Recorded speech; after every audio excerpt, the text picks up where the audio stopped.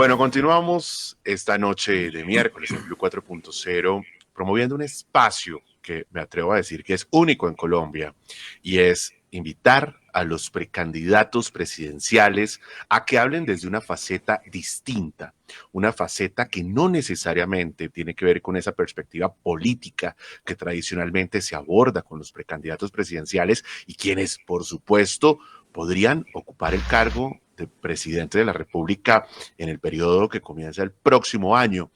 Se trata de un espacio en el que podemos conocer sus propuestas en torno a agenda de conectividad, a emprendimiento, a cómo la innovación pueden generar valor agregado en la economía colombiana, sobre cómo podemos hacer un comercio electrónico que cruce fronteras, que encuentre oportunidades de mercado en otros países. Esta noche la cita en simultánea, no solo a través de los diales de Blue Radio, sino a través de Facebook Live, es con quien fundó y además preside el partido Colombia Justa Libres desde el 2018. Ocupó la presidencia del Fondo Nacional del Ahorro por 4 años. Además estuvo en el Congreso de la República como representante a la Cámara. Se trata de Ricardo Ares, a quien saludo esta noche. Ricardo, buenas noches, bienvenido. Juan Manuel, pues un gusto saludarlo a usted y por supuesto por su intermedio a todos los oyentes y extensivo el saludo a Ana Milena, a Mónica, a Diana, en fin, a todo su equipo de trabajo. Qué bueno que nos acompañe usted. Y bueno, también le quiero dar la bienvenida a nuestra panelista invitada esta noche, que es Diana Guerrero, que es la directora del Centro de Investigación de Software y Servicios Relacionados en Colombia, partner, por supuesto, de FedeSoft, que es el gremio que asocia a las empresas colombianas de tecnología. Diana, buenas noches, bienvenida. Juan Manuel, muy buenas noches y muchas gracias por la invitación. A Mónica, a Ana Milena, a Ricardo, muchas gracias por este espacio.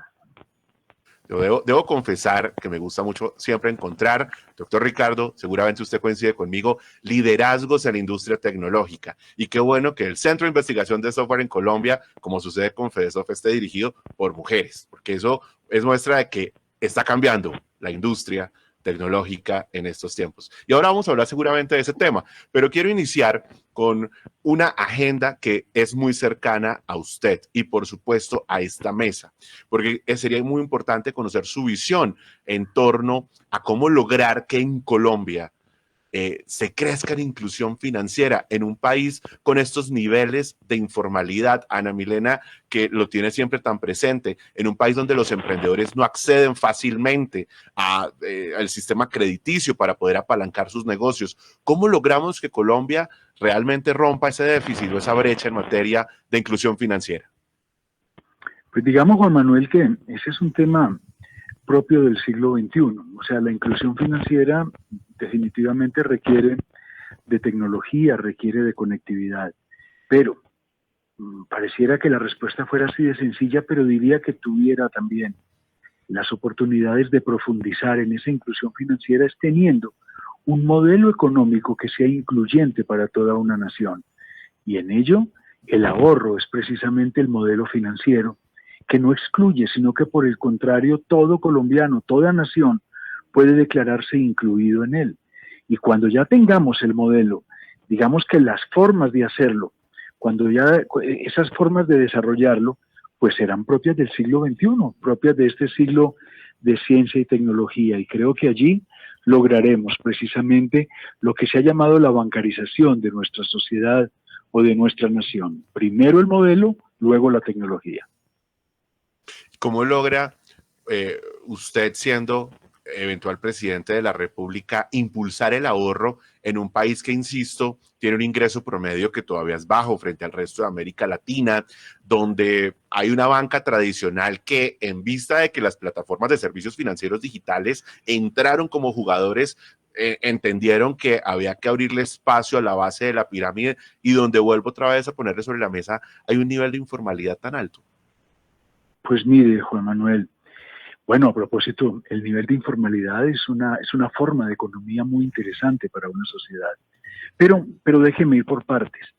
Usted bien lo recuerda, tuve la fortuna de tener su cercana amistad allí en la institución, en el Fondo Nacional del Ahorro. Nosotros pasamos de 600,000 ahorradores en el año 2010 a 3 millones de ahorradores en el 2014. O sea, crecimos 5 veces más. ¿Por qué? Porque logramos que Colombia entendiera que el camino del ahorro era un camino perfecto para cualquier sector de la sociedad. Y en ello, algunas máximas que se habían dado en nuestro país, empezamos a demostrar el desmorone en ellas. Cuando se nos dijo que para poder tener algo teníamos que deber, o que para uno tener algo tenía que pedir prestado. No, fuimos capaces en 4 años de crecer 5 veces más nuestra población ahorradora, y precisamente fue llevando al sector formal o informal de la economía unas líneas de ahorro que posibilitaran un camino correcto, tanto en vivienda como en educación. Por eso, si nosotros tuviéramos la oportunidad, y Dios nos lo permita, de gobernar, de administrar correctamente una nación, el ahorro sería precisamente el vehículo en el cual se transportarían los 54 millones de colombianos que hoy gozamos, digamos, de ser pertenecientes a nuestra nación. El vehículo financiero no puede faltar en ningún instante de nuestra sociedad ni en ningún sector de nuestra economía. Adelante, Mónica. Bueno, creo que tenemos un inconveniente con el sonido de Mónica y ya, bueno, ya regresamos. No, ya la tenemos. Adelante, Mónica. No, ya regresamos con Mónica porque la veo, pero no la escucho. Adelante, Ana Milena, por favor. Sí, no, señor Arias, es que no me quedó muy claro de lo que usted decía ahora sobre que primero el ahorro y después de la tecnología. ¿A qué se refiere puntualmente con eso? ¿A qué se refiere cuando dice que después la tecnología? Digamos en ello, Mónica, es que... Ana Milena. Mónica ya viene, Mónica ya viene. Sí, discúlpame. No, lo primero es que el país tiene que entender que el modelo financiero sobre el cual, digamos, hemos convivido durante centurias ya, nosotros tenemos que ser capaces de comprenderlo en una nueva expresión. El ahorro tiene que ser un principio, nunca más el crédito. Ese crédito que nos ha llevado precisamente al gota a gota, al préstamo, al fiador, al codeudor. Esas han sido figuras en las cuales se ha confundido nuestra sociedad. Y tan claro es el hecho que hoy el modelo de crédito en nuestro país no tiene exactamente, digamos, una razón visible que nos diga a nosotros que es el modelo correcto para una sociedad. Y le doy este ejemplo. Hoy hay 1.100.000 títulos hipotecarios en Colombia. Y tenemos 42... Arias, excúseme que lo interrumpa. Lo que pasa es que, pues yo siento que son dos temas distintos. Es decir, sí, claro, debemos hablar del ahorro y del modelo económico y demás, pero la tecnología es es otra cosa distinta, y la tecnología, dejarla para después, posiblemente sea un imposible, porque pues se nos vino encima. Hay muchos temas de los que seguramente vamos a conversar a propósito de la tecnología, de las aplicaciones y de más temas relacionados, que yo todavía no entiendo muy bien usted por qué, digamos, como que mezcla las dos cosas.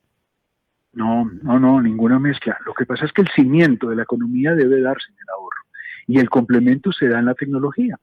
Incluso si miramos hoy las plataformas Nequi, por poner un ejemplo, pues son exactamente unos vehículos apropiados para que una cultura del ahorro logre mover, logre dinamizar la economía de una sociedad. Y en ello tenemos todos los ejemplos, incluso todas las puestas en práctica, de que todo lo que nosotros podamos movilizar, y claro que lo tenemos que hacer en la forma complementaria, con la tecnología que hoy se tiene, con la ciencia que hoy acompaña, pero no olvidemos el cimiento. Es que el cimiento es el más importante, porque de ese cimiento es donde nace ordenadamente el uso tecnológico. No es que se deje para después, es complementario. Ah, ya lo entiendo. Sí, porque digamos Nequi se da justamente gracias también a la tecnología, ¿no? De acuerdo, y como Nequi muchas otras. Y sí, hoy, sí, digamos, claro, eso es un ejemplo. Así es. Creo que tenemos ya a Mónica de regreso. Adelante, Mónica. ¿Me escuchan? Perfecto, la escuchamos. Adelante. Ay, bueno, siquiera. Bueno, que yo ahorita lo que estaba tratando de decir que no me oían era que lo iba a sacar un poquito de ese tema del ahorro y del vehículo, la tecnología como vehículo, y me lo quiero llevar para el tema de educación.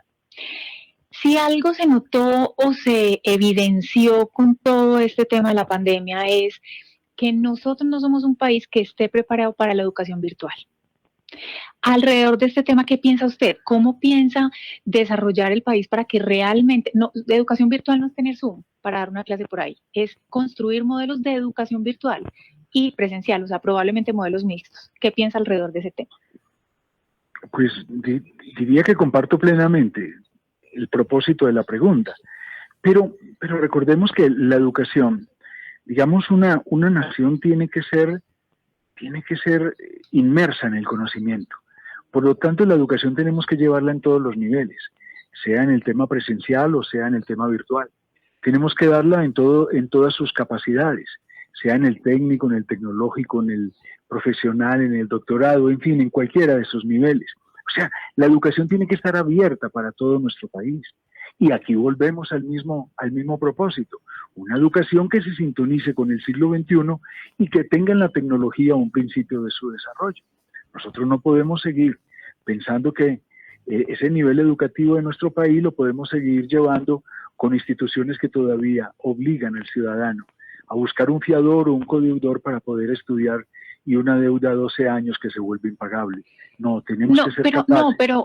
Pero perdóname, lo interrumpo. No estoy hablando de la financiación alrededor de la educación, estoy hablando de la metodología de educación, que es muy diferente la educación presencial a la educación virtual, que tiene otros componentes, otras dinámicas, otras metodologías.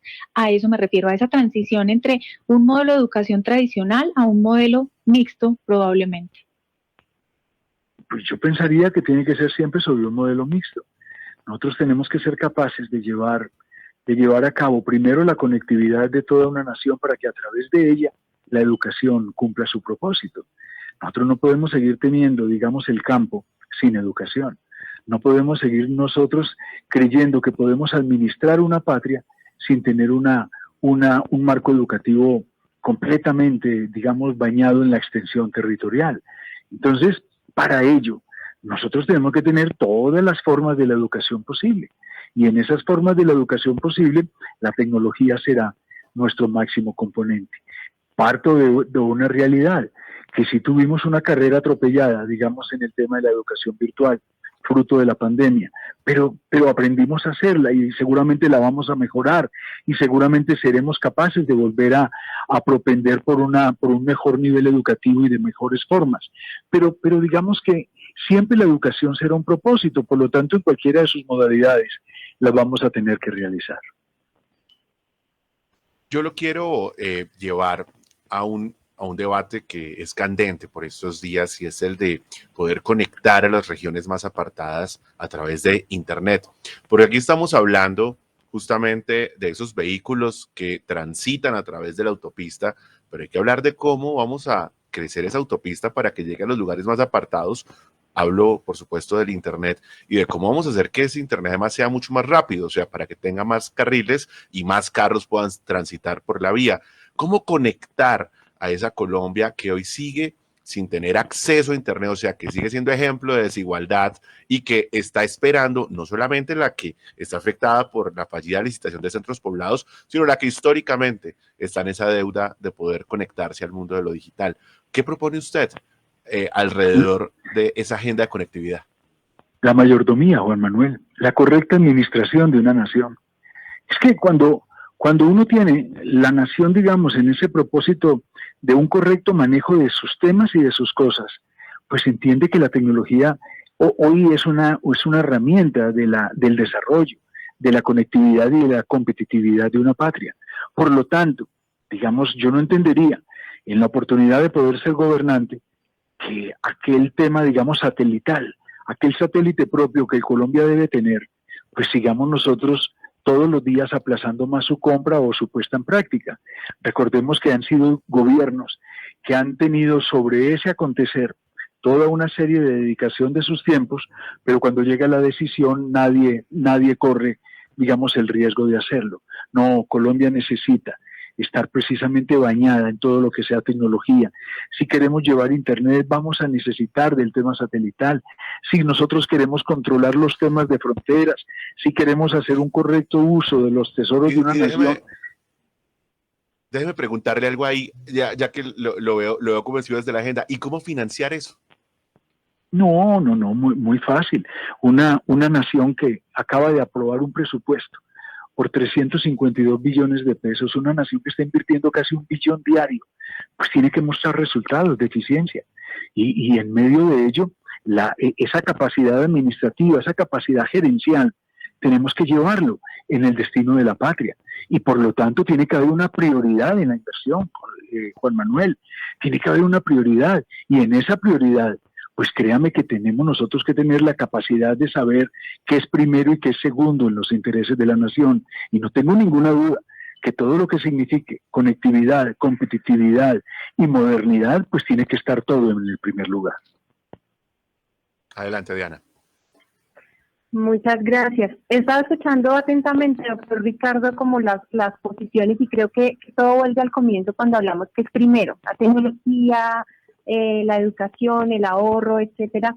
Y pues desde la posición que tenemos en el centro de investigación, desde la posición que tenemos en la federación, es importante también tener en cuenta las empresas, tener en cuenta la transformación digital. Y yo quisiera un poquito irme como por esa línea, doctor Ricardo, en temas de transformación digital, ¿usted cómo ve ese futuro para Colombia? Acaba usted de mencionar que aprendimos a las carreras, que fue un momento disruptivo, pero no aprendimos. O sea, hay todavía muchas falencias, tanto en educación, en las personas que no logran esa conectividad para lograr tener la educación a través de formas virtuales, y también las empresas que no han logrado entrar en esa transformación digital, pues que obviamente son el pilar de nuestra economía, y sin el motor empresarial, ¿cómo vamos a lograr financiar todas esas necesidades que tenemos en el país? Compartiendo plenamente el argumento, la pregunta, yo les diría, una de las virtudes que debe tener quien gobierne una nación es que aquel gobernante tenga una correcta lectura de los tiempos de la misma. O sea, que entendamos los tiempos en los cuales estamos viviendo. Nosotros vivimos en Colombia obsesionados por un pasado, cuando lo que debemos hacer es observadores, advertir los tiempos que llegan y ser capaces de interpretarlos y de traerlos a la sociedad. Un ejemplo. Digamos el tema del transporte urbano. El tema del transporte urbano nos faltó, digamos, a la clase dirigente de aquel entonces entender los tiempos y entender que iban a venir unas plataformas y que en esas plataformas iban a haber unas nuevas formas del transporte urbano.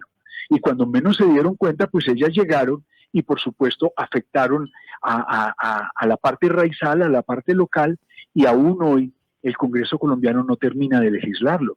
Yo en estos días tuve oportunidad de reunirme con los directivos de San Andresito. Y yo les hacía caer en cuenta, les dije, no podemos seguir teniendo este comercio de alguna manera organizado sin entender los tiempos, sin entender unos tiempos de que el San Andresito debe convertirse en territorios especiales comerciales, de que debemos ser capaces de tener en la tecnología un principio de nuestro comercio. Y les explicaba que si uno verdaderamente hoy que se antoja de algo que estén vendiendo en España, pues no es sino pedirlo por una plataforma, y que el San Andresito tenía que entender que esa era una competencia que tarde que temprano le iba a llegar, o como le sucedió a la hotelería, como le ha sucedido, digamos, al servicio de mensajería, a todo le ha llegado. Entonces, ¿qué nos falta? Advertir esos tiempos. ¿Para qué? Para poder proteger a los nuestros, para poder iniciar esos procesos de transformación o de acople y poderlos entonces sintonizarlos con un siglo XXI del cual nosotros ya no nos podemos separar. Yo creo que ese siglo XXI nos obliga de alguna manera, a iniciar esos procesos de transformación de sociedad. Y la transformación, ¿dónde se da? En la renovación del pensamiento, o sea, en pensar los temas de hoy de manera igual pero distinta, de manera igual pero diferente. Nosotros debemos ser capaces, no únicamente de lamentarnos por todo lo que nos pasa, sino de avanzar precisamente haciendo uso de lo que ya existe y traerlo en el provecho de una sociedad. Usted está mencionando el tema de las plataformas de movilidad y allí también veo inevitable no trazar una posición frente al tema, además porque el partido que usted preside tiene presencia en el Congreso de la República. ¿Cuál ha sido la posición de su partido frente al tema de una reglamentación que, hay que decir, lleva 6 años transitando cada legislatura en el Congreso y no sale adelante? Y sobre todo, ¿cuál sería el liderazgo de usted como presidenta de la República frente a este tema? ¿Qué pueden esperar los taxistas de usted y qué pueden esperar también los miles de conductores de carros particulares y, por supuesto, los usuarios y las plataformas de movilidad? No, lo único que ellos pueden, digamos, pretender, Juan Manuel, es que siempre habrá, digamos, el mejor entendimiento, o sea, esa protección de la sociedad. Entendiendo que hay un siglo XXI, entendiendo que hay unos pasos acelerados de transformación y cambio, pues hombre, también tiene que haber un Estado que proteja, digamos, la causa actual y que logremos nosotros, llevando unos procesos de transformación y de métodos, poder ayudar para que ellos se acoplen al mover vertiginoso y rápido de este siglo XXI, que es exactamente la actualidad. Y nosotros no podemos detener los tiempos, nosotros tenemos que ser capaces de asimilarlos y capaces con ellos mismos de procurar nuestro propio progreso y nuestro propio desarrollo. Yo siento que hoy tenemos un país que está reclamando esa correcta administración, que todos los sectores de una sociedad estén precisamente atendidos por un Estado al cual se pertenece. Y por supuesto, un país que tiene que entender que no podemos nosotros aislarnos del mundo moderno, sino que tenemos que contemporizar precisamente con todo lo que esté ocurriendo por fuera o por dentro de nuestras fronteras como tal. Colombia tiene todo para ser una nación no solamente posible, sino una nación, sino la más importante. Colombia es un país que tiene todo, que no adolece sino de la falta de la administración, de una administración que entendiendo los tiempos los logre recoger en el beneficio de una sociedad. Pero entonces lo que usted quiere decir es que lo que falta en Colombia es liderazgo. O sea, de alguna manera se puede presumir en su respuesta un cuestionamiento frente al liderazgo actual. ¿Hay una crisis de liderazgo frente a estos temas tecnológicos en Colombia? Pues yo parto de una base, Juan Manuel. Yo parto de una base que los líderes no crean problemas, sino que los resuelven. Entonces, cuando usted me dice que si hay una falta de liderazgo en Colombia, yo sí creo. O sea, yo creo que faltan muchos más ciudadanos que nos dediquemos a resolver los problemas, no a seguirlos creando, no a seguirlos denunciando, no a seguirlos, digamos, de alguna manera exclamando, no, resolviendo los problemas. Y ahí es donde nosotros, es donde tenemos la demostración. Digamos en mi caso, y perdónenme en hablar en primera persona, que es tan chocante, por decirlo de alguna manera, cuando nosotros encontramos en el Fondo Nacional del Ahorro un déficit de vivienda, sobre el cual lo único que habíamos hecho era contemplarlo durante los últimos 50 años, dijimos, esto hay que resolverlo. Colombia no puede seguir en estas tasas de déficit y que nadie lo resuelva. Y le creamos un modelo financiero a Colombia, un modelo financiero que permite, y usted lo conoció, Juan Manuel, la vivienda con cero crédito y cero cuota inicial, que dijimos que el arriendo era el principio del ahorro para recibir luego la vivienda nueva para estrenar sin necesidad de endeudamiento personal. Eso es resolver problemas. Ese es el liderazgo que nosotros debemos añorar para Colombia. Personas que lleguen o que lleguemos, lo que Dios nos permita, a resolver los temas de un país que no ha hecho sino girar en torno a ellos, pero que nunca lo resuelve de su manera fundamental. Adelante, Diana, por favor.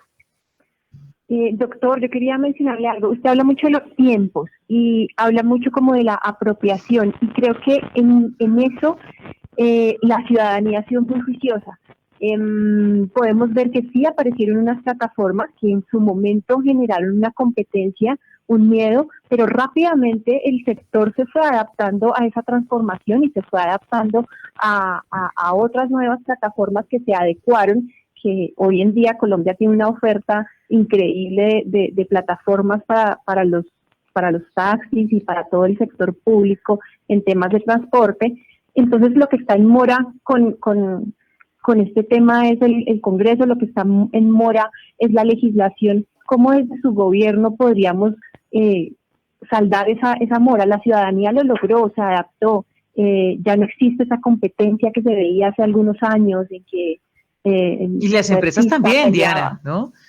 Es decir, las empresas, las instituciones educativas, todos aportaron esa transformación digital, se unieron y qué pena, Diana, para completar de pronto un poco lo que usted está diciendo, porque estoy de acuerdo que el señor Arias se refiere mucho a los tiempos, también hablaba de advertir los tiempos.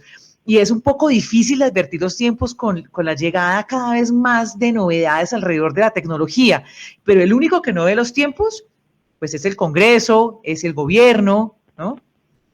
De acuerdo, por eso lo digo claramente. Es un país obsesionado con su pasado. Es un país que se limita, que no es capaz, digamos, de advertir, de ser atalaya, de mirar hacia adelante. Y eso es lo que nosotros en este momento requerimos. Les voy a dar este ejemplo. Cuando ahorita Juan Manuel me hablaba que de dónde íbamos a sacar los recursos para, digamos, para un tema satelital que se me ocurrió mencionarle, pues es que la respuesta es distinta. Tenemos hoy 6.743 entidades que tiene el Estado colombiano. Yo les pregunto sinceramente, ¿cuándo ese mismo Estado, o sea, que esos miles de entidades que tiene nuestra nación, va a empezar precisamente a demostrarnos el resultado, la conveniencia de su existencia? Yo creo que ahí es donde nosotros tenemos que hacer la optimización de los presupuestos. Eso hoy se llaman los presupuestos inteligentes. O sea, el presupuesto que genera una inversión, pero que genera un resultado. Ese costo-beneficio debemos traerlo a nuestro país. Nosotros debemos ser capaces de llevar una sociedad y no exactamente a que el mayor empleador sea el Estado y una sociedad totalmente desprotegida. No, tenemos que ponerle precisamente en el marco de la situación de solucionar los temas de Colombia, entender que hay unos niveles de desigualdad, de injusticia y de pobreza que tienen que concluir. No es justo que nosotros sigamos contemplando la pobreza en un país lleno de riqueza. No es justo que nosotros sigamos teniendo un marco de dificultades cuando tenemos un mundo y un universo de posibilidades. Entonces, por eso es que ahí es donde se reclaman esos nuevos líderes. Y si me permiten incluirme en ellos, pues yo les digo, líderes que entendamos que tenemos que llegar a resolver, a optimizar los métodos, a tener unos presupuestos que generen resultados y unos resultados que nosotros logremos llevarlos en el beneficio de una sociedad. Déjenme ampliarme otro poquito. ¿Cómo podemos seguir nosotros en una nación cuando todos los presupuestos de los 32 departamentos siguen girando, en su mayoría en ingresos, con el derivado del licor, del tabaco y de los juegos de azar? ¿Cómo podemos nosotros en el siglo XXI pensar que ese es un marco de economía propio para un departamento en Colombia?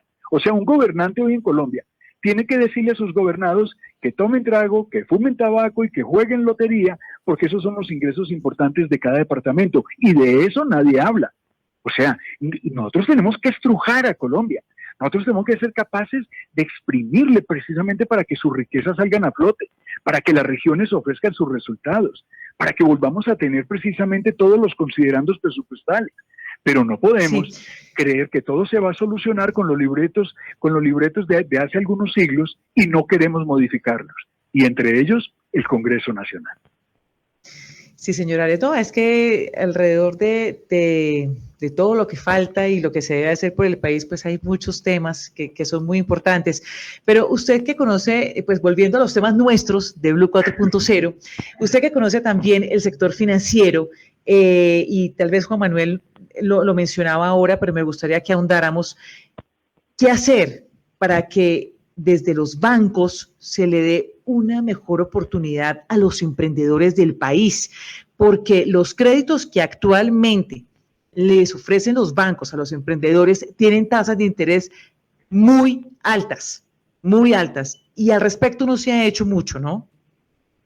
De acuerdo, y no, es que tienen toda la razón, digamos, en la pregunta, en la exposición, digamos, de la inquietud, donde yo trato de aprovechar, y perdónenme en el término, es demostrar que nosotros debemos trabajar la integralidad de una nación. Cuando a mí me dicen cómo puedo favorecer, digamos, para que los bancos, para que todo esto, yo digo, lo primero que tengo que volver es productiva una sociedad. Eso es lo primero que yo tengo que hacer. O sea, que la sociedad de alguna manera empiece a requerir menos del establecimiento bancario lleno de intereses, sino que esa misma sociedad pueda tener una dinámica. Y ahí es donde está el gran secreto. Ahí es donde está el gran secreto de cómo se debe administrar una nación y, por supuesto, su sociedad. Déjenme darles un ejemplo, la renovación urbana. No hay mejor elemento hoy, no hay mejor modelo de economía que pueda tener una patria que una renovación urbana produciendo precisamente empleo, comercio, desarrollo en todas las ciudades colombianas. Nosotros no lo hacemos. Nosotros desperdiciamos. ¿Qué tenemos hoy? Nuestras ciudades ruinosas, envejecidas, sin dar ningún resultado. Y nos vamos a construir barrios a 2 horas de donde se vive o donde se trabaja, en el más grado de desprotección y de desigualdad de una sociedad, cuando lo que tenemos hoy está totalmente desperdiciado. Pero entonces, señor Arias, para devolvernos al tema, porque es que usted da ejemplos y se nos va desviando, ¿no? A otros. Pero para volver al tema, ¿cuál sería su propuesta puntual? Es decir, usted se sentaría con los bancos y diría, oiga, necesitamos apoyar a los emprendedores del país de esta y esta manera. ¿Tenemos una propuesta clara? No, yo primero me siento con la sociedad. Yo primero me siento con la sociedad, la capacito en el tema educativo, la formalizo.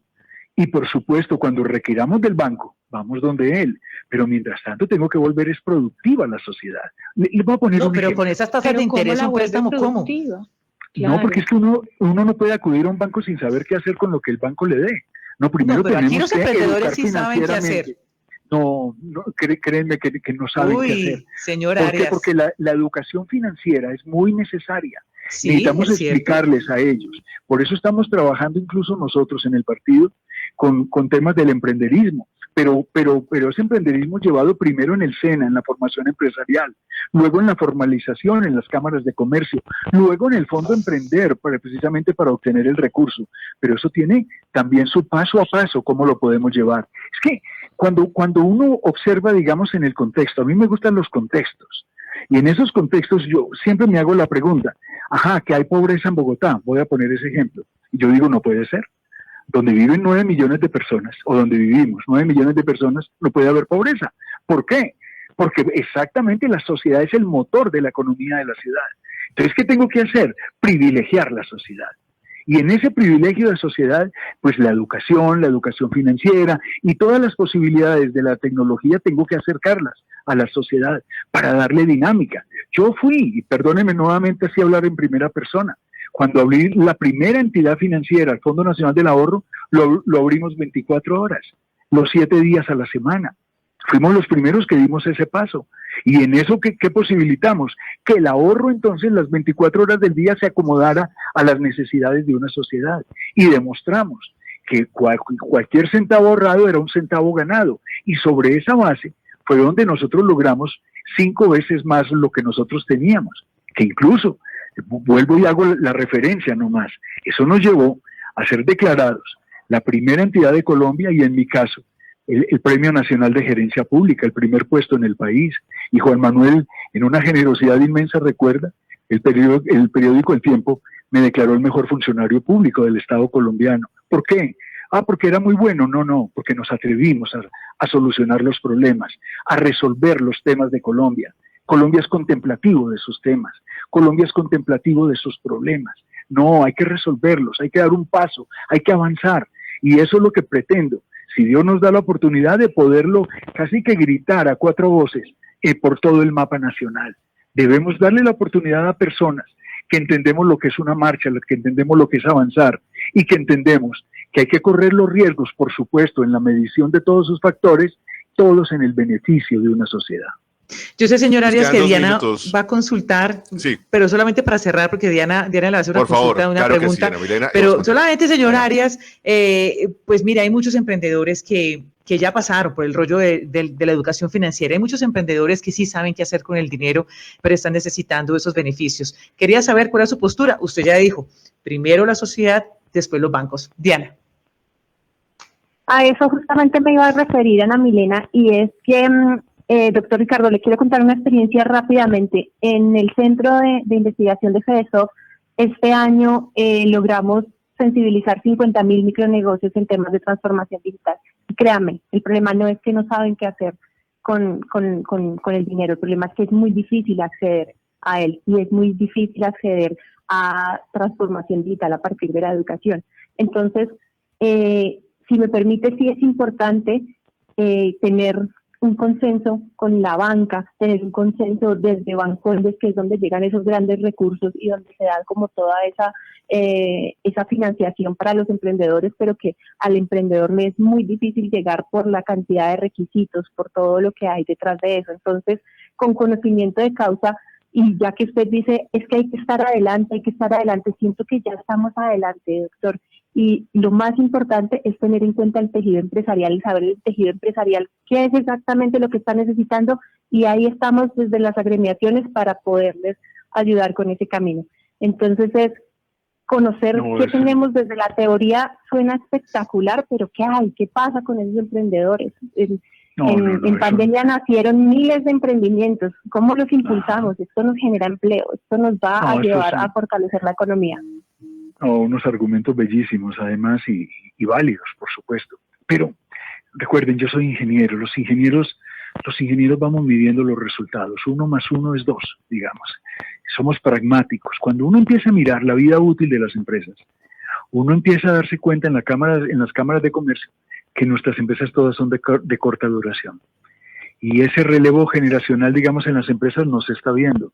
Entonces ahí hay algo que nos está fallando.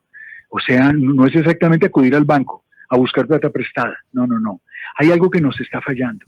Y en ese tema, digamos, en mi caso, en un gobierno que Dios me permita y me dé la oportunidad, las empresas de familia tendrán que volver a aflorar.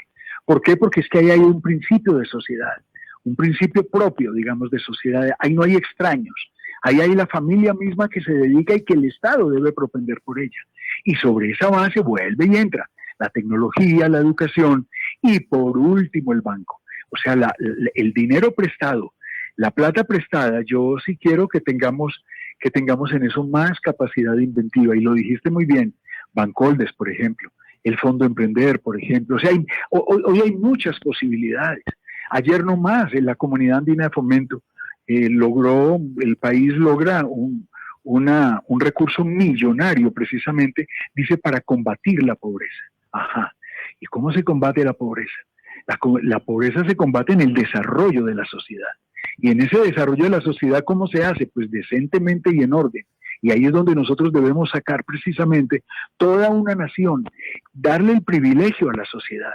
Y por supuesto los establecimientos que acompañan el amoblamiento de una patria, pues estarán allí expectantes, pero no serán ellos el primer paso para yo constituir una empresa.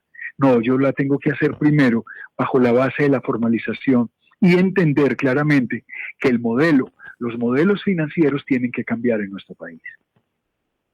Bueno, pues es la visión de Ricardo Arias Mora, actual precandidato presidencial por el Partido Colombia Justa Libres, además expresidente del Fondo del Ahorro, y que esta noche nos ha acompañado en Blue 4.0 para conocer su visión sobre innovación, sobre emprendimiento, sobre inclusión financiera. Creo que estos puntos son verdaderamente sensibles y es clave, por supuesto, que hayan propuestas siempre claras de todos los candidatos. Doctor Ricardo, gracias por acompañarnos. No, Juan Manuel, muy grato de estar en su programa y por supuesto, pues acompañado con Ana Milena, con Mónica, con Diana y por supuesto con usted, Juan Manuel. Mil gracias y muy complacido, muy honrado. Dios le pague por esta oportunidad. A usted, siempre bienvenido. Esta es su casa, por supuesto. Gracias por habernos acompañado. Son las 9:13 minutos. Ya nos vamos a conectar el presidente de la ANDI. Ya regresamos. ¿Para dónde va la